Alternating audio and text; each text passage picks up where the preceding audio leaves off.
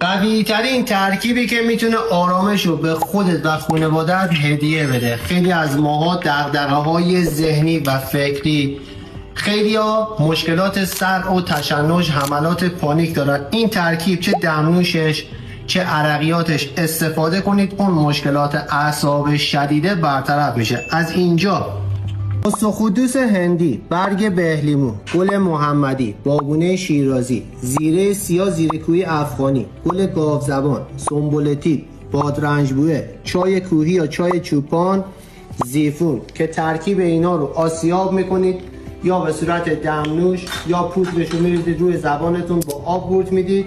سختتون هم بود توی کپسول بریزید، میشه حب ریلکسی، نوش جان کنید. روزی 2 تا دونه کفایت میکنه. ممنون از اینکه این ویدیو رو لایک کردید، ارسال کنید برای همه مخاطبین خودتون. کمتر کسی پیدا میشه که آرام باشه و ریلکس باشه.